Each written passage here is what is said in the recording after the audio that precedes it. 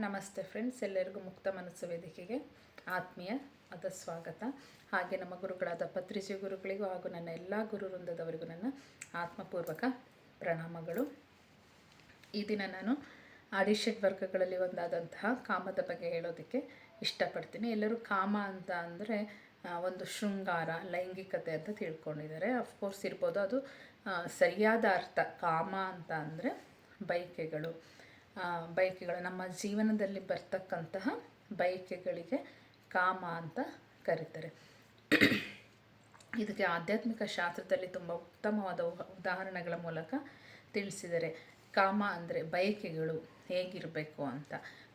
ಗೌತಮ ಬುದ್ಧರು ಹೇಳಿದ್ದಾರೆ, ಅತಿ ಆಸೆ ದುಃಖಕ್ಕೆ ಮೂಲ ಅಂತ. ಆಸೆ, ಅತಿ ಆಸೆ ಇರಬಾರ್ದು, ಆಸೆ ದುಃಖಕ್ಕೆ ಮೂಲ ಅಂತ ಹೇಳಿದರೆ. ಅತಿಯಾದ ಆಸೆ ಇರಬೇಕು, ಅತಿಯಾದ ಆಸೆ ಇರಬಾರದು.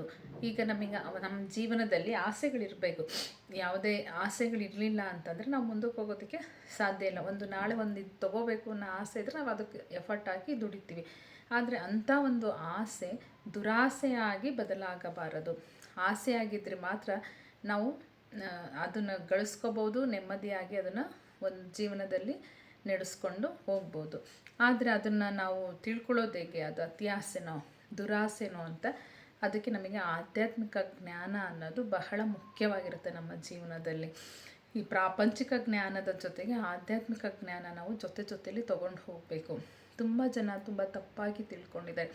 ಆಧ್ಯಾತ್ಮಿಕ ಶಾಸ್ತ್ರ ಅಂತ ಅಂದರೆ ಸನ್ಯಾಸಿ ಆಗೋದು, ತಪಸ್ಸು, ಗುಡ್ಡ ಬೆಟ್ಟದ ಮೇಲೆ ಹೋಗೋದು, ಪೂಜೆ, ವ್ರತ, ತಪಸ್ಸುಗಳನ್ನು ಮಾಡೋದು ಅಂತ. ನಿಜವಾಗ್ಲೂ ಆಧ್ಯಾತ್ಮಿಕ ಶಾಸ್ತ್ರ ಅಂತ ಅಂದರೆ ನಾವು ಇರುವಾಗಲೇ ನಮ್ಮ ಜೀವನದಲ್ಲಿ ಪ್ರತಿಯೊಂದು ಕ್ಷಣದನ್ನು ಆನಂದಿಸುತ್ತಾ ಸ್ವರ್ಗ ಸುಖವನ್ನು ಪಡೆಯುವುದನ್ನೇ ಆಧ್ಯಾತ್ಮಿಕ ಶಾಸ್ತ್ರ ನಮಗೆ ತಿಳಿಸ್ಕೊಡುತ್ತೆ. ತುಂಬ ತಪ್ಪು ಕಲ್ಪನೆ ಇರೋದು ಸತ್ತ ನಂತರ ಸ್ವರ್ಗ ಸಿಗುತ್ತದೆ ಅನ್ನೋದು ಅಲ್ಲ. ನಿಜವಾಗಿ ನಮ್ಮ ಜೀವನವನ್ನೇ ಸ್ವರ್ಗ ಸುಖ ಮಾಡಿಕೊಂಡು ಅನುಭವಿಸ್ತಾ ಹೋಗೋದು, ಅದು ನಮ್ಮ ಕೈಯಲ್ಲಿದೆ. ಅದು ಸಾಧ್ಯ ಕೂಡ ಹೌದು. ಹೇಗೆ ಅಂತಂದರೆ ಅದಕ್ಕೆ ಆಧ್ಯಾತ್ಮಿಕ ಶಾಸ್ತ್ರದ ಕೊರತೆ, ಅದು ಅಜ್ಞಾನ, ಅದು ಗೊತ್ತಿಲ್ಲ ಅಂತಂದರೆ ಅವಿದ್ಯಾವಂತರು ಅಂತ ಹೇಳ್ತಾರೆ. ಈಗ ಅವಿದ್ಯಾವಂತರು ಅಂದರೆ ಶಾಲೆ ಕಾಲೇಜುಗಳಿಗೆ ಹೋಗದೇ ಇರೋರು ಅಂತಲ್ಲ.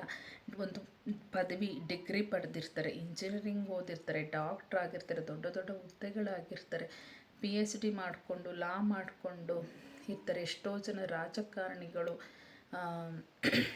ಪಂಡಿತರುಗಳಿದ್ದಾರೆ. ಇವರೆಲ್ಲರೂ ಕೂಡ ವಿದ್ಯಾವಂತರೇ, ಅದು ಅವಿದ್ಯೆ ಅಲ್ಲ. ಇಂತಹ ವ್ಯಕ್ತಿಗಳಲ್ಲಿ, ಓದಿದವರಲ್ಲಿ ಆಧ್ಯಾತ್ಮಿಕ ಶಾಸ್ತ್ರದ ಕೊರತೆ ಇತ್ತು ಅಂತಂದರೆ ಅವರಿಗೆ ಅವಿದ್ಯಾವಂತರು ಅಂತ ಹೇಳ್ತಾರೆ. ಇವರೆಲ್ಲ ಚೆನ್ನಾಗಿ ಮಾತಾಡಬಲ್ಲರು, ಒಂದು ವ್ಯವಹಾರಗಳಲ್ಲಿ ಸಕ್ಸಸ್ ಆಗ್ತಾರೆ, ರಾಜಕೀಯದಲ್ಲಿ ಸಕ್ಸಸ್ ಆಗ್ತಾರೆ, ತಮ್ಮ ಒಂದು ಬಿಸ್ನೆಸ್ಸಲ್ಲಿ ಸಕ್ಸಸ್ ಆಗ್ತಾರೆ. ಆದರೆ ತಮ್ಮ ಒಂದು ಸಾಂಸಾರಿಕ ಜೀವನ ಇರ್ಬೋದು, ಆಧ್ಯಾತ್ಮಿಕ ಜೀವನದಲ್ಲಿ ಇವರು ಸೋಲ್ತಾರೆ. ಅಂದರೆ ದುಃಖಗಳನ್ನು ಅವರು ಜೊತೆಯಲ್ಲಿ ಕರ್ಕೊಂಡು ಹೋಗ್ತಾ ಇರ್ತಾರೆ. ಈ ದುಃಖಗಳಿಂದ ನಾವು ನಿವಾರಣೆ ಪಡಬೇಕು ಅಂದರೆ ಈ ವಿದ್ಯೆಯ ಜೊತೆಗೆ ನಮ್ಮ ಆಧ್ಯಾತ್ಮಿಕ ಶಾಸ್ತ್ರ ಒಂದು ವಿದ್ಯೆ ಇರುತ್ತೆ, ಅದನ್ನು ನಮ್ಮ ಜೀವನದಲ್ಲಿ ಅಳವಡಿಸ್ಕೊಳ್ಳಬೇಕು. ಆಗ ನಮಗೆ ಜೀವನವನ್ನು ಒಂದು ಸ್ಮೂತಾಗಿ ತೊಗೊಂಡು ಹೋಗೋದಕ್ಕೆ ಸಹಕಾರಿಯಾಗುತ್ತದೆ. ಅದು ಆಧ್ಯಾತ್ಮಿಕ ಶಾಸ್ತ್ರ ಹೇಳಿಕೊಡುತ್ತೆ. ಸೊ ಅತಿಯಾದ ಬಯಕೆಗೆ ಕಾರಣ ಅಂದರೆ ಈ ಅವಿದ್ಯೆ, ಆಯಿತಾ. ನಾವು ಪಡ್ಕೊಂಡಿರೋ ಡಿಗ್ರಿಗಳೆಲ್ಲ ಆಧ್ಯಾತ್ಮಿಕ ಶಾಸ್ತ್ರದ ಕೊರತೆ. ಅದರಿಂದ ಏನಾಗುತ್ತೆ, ನಮಗೆ ಅಜ್ಞಾನ ಬರುತ್ತೆ. ಅತಿಯಾದ ನಮ್ಮ ಜೀವನದಲ್ಲಿ ಬಯಕೆಗಳನ್ನು, ಚಿಕ್ಕ ಚಿಕ್ಕ ಬಯಕೆಗಳನ್ನು, ಸಿಗುವಂಥ ಬಯಕೆಗಳನ್ನು ಈಡೇರಿಸ್ಕೊತ ಹೋಗ್ಬೇಕು. ನಮ್ಮ ಕೈಯಲ್ಲಿ ಒಂದು ಮನೆ ಕಟ್ಟಬೇಕು, ಸರಿ, ನನ್ನ ಪರಿಸ್ಥಿತಿ ಹೇಗಿದೆ ಅದನ್ನು ಅರ್ಥ ಮಾಡಿಕೊಂಡು ಆಸೆ ಪಡೋದ್ರಲ್ಲಿ ಅರ್ಥ ಇಲ್ಲ, ಆಯಿತಾ. ಒಂದು ಬಂಗಲೆ ಕಟ್ಕೊಳ್ಳಿ, ಅರಮನೆ ಅವನು ಯಾರೋ ಅರಮನೆ ಕಟ್ಟಿದ್ದಾನೆ ಅಂತಂದರೆ ನಾನು ಅರಮನೆ ಕಟ್ಟಬೇಕು ಅಂತ ನಮ್ಮ ಒಂದು ದುರಾಸೆ ಬರುತ್ತೆ, ಆಯಿತಾ. ಅದು ತಪ್ಪು. ಅದಕ್ಕೆ ಸರಿಯಾದ ಆಸೆ ಪಡೋದು ಸಹಜ.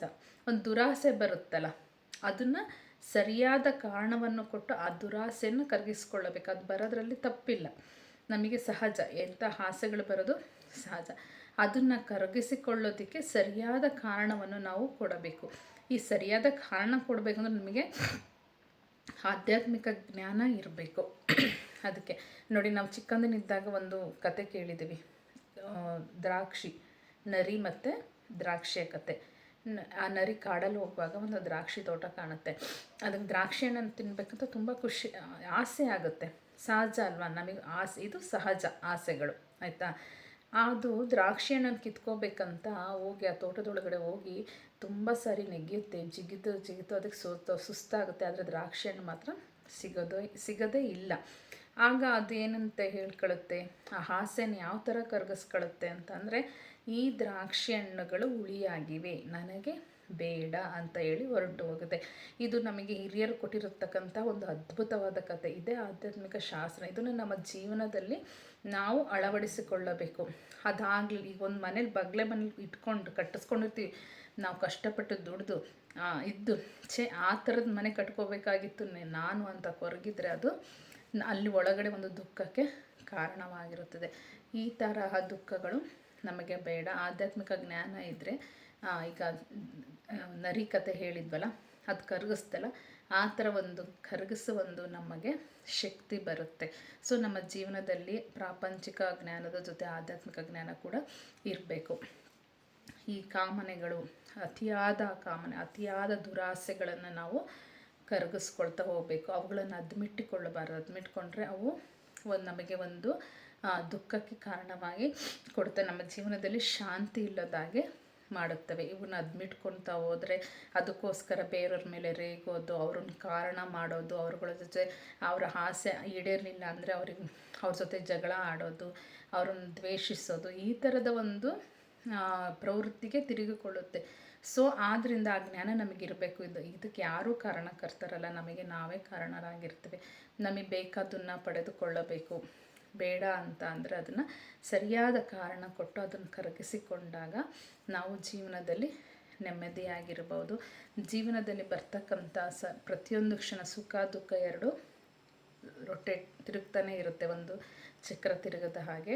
ಸುಖ ಬಂದಾಗ ಅದನ್ನು ಹೇಗೆ ತೊಗೊಳ್ತೀವೋ ಹಾಗೆ ದುಃಖ ಬಂದಾಗ ಕೂಡ ಅದು ಸರಿಯಾದ ಕಾರಣಗಳನ್ನು ಕೊಟ್ಟು ಅದನ್ನು ನಾವು ಪರಿಹರಿಸ್ಕೊಂಡಾಗ ನಮಗೆ ಅತಿಯಾದ ದುಃಖ ಆಗೋದಿಲ್ಲ. ಕೆಲವೊಬ್ರು ಅದನ್ನೇ ತಲೆಗಳೇ ಹಚ್ಕೊಂಡು ಅದನ್ನೇ ಕೊರಗುತ್ತಾ ಎಷ್ಟೋ ಮಾನಸಿಕ ಕಾಯಿಲೆಗಳಿಗೆ ಗುರಿಯಾಗ್ತಾರೆ. ಅವುಗಳನ್ನು ಸರಿಯಾಗಿ ತಗೊಳ್ಳೋದಕ್ಕೆ ಜ್ಞಾನ ಇರೋದ್ರ ಕಾರಣ ಅವರು ಅದರಿಂದ ಎಷ್ಟೋ ಕಾಯಿಲೆಗಳು ಉತ್ಪತ್ತಿಯಾಗುತ್ತೆ. ವಿನಾಕಾರಣ ನಾವು ಕಾಯಿಲೆಗಳನ್ನು ತಂದ್ಕೊತೀವಿ. ಆದ್ದರಿಂದ ಎಲ್ಲದನ್ನು ಸಮತೋಲನದಲ್ಲಿ ಇಟ್ಕೋಬೇಕು ಅಂತಂದರೆ ನಾವು ಈ ಅತಿಯಾದ ಬಯಕೆ ಕಾಮನೆಗಳನ್ನು ಸರಿಯಾದ ಕಾರಣಗಳನ್ನು ಕೊಟ್ಟು ಅವುಗಳನ್ನು ಕರಗಿಸಿಕೊಳ್ಳಬೇಕು ಅನ್ನೋದನ್ನು ಹೇಳೋದಕ್ಕೆ ಇಷ್ಟಪಡ್ತೀನಿ. ಹಾಗೆ ನಾನು ಹೇಳ್ತಕ್ಕಂಥ ವಿಷಯ ನಿಮಗೆ ಇಷ್ಟ ಆಗಿದರೆ ಲೈಕ್ ಮಾಡಿ, ಶೇರ್ ಮಾಡಿ, ಸಬ್ಸ್ಕ್ರೈಬ್ ಮಾಡಿ. ನನ್ನ ಚಾನಲ್ ಮುಕ್ತ ಮನಸ್ಸು ಚಾನಲ್ಗೆ ಎಲ್ಲರೂ ಸಬ್ಸ್ಕ್ರೈಬರ್ ಆಗ್ತೀರಾ ಅಂತ ಅಂದ್ಕೊಂಡಿದ್ದೀನಿ. ಹಾಗೆ ಇಷ್ಟೆಲ್ಲ ತಿಳ್ಕೊಳ್ಳೋದಕ್ಕಂತ ಅವಕಾಶ ಮಾಡಿಕೊಡ್ತಿರ್ತಕ್ಕಂಥ ನ್ಯೂ ಏಜ್ ಸ್ಪಿರಿಚುವಲ್ ಮೂಮೆಂಟ್ ವೇದಿಕೆಗೆ ನನ್ನ ಆತ್ಮಪೂರ್ವಕ ಪ್ರಣಾಮಗಳು. Thank you masters.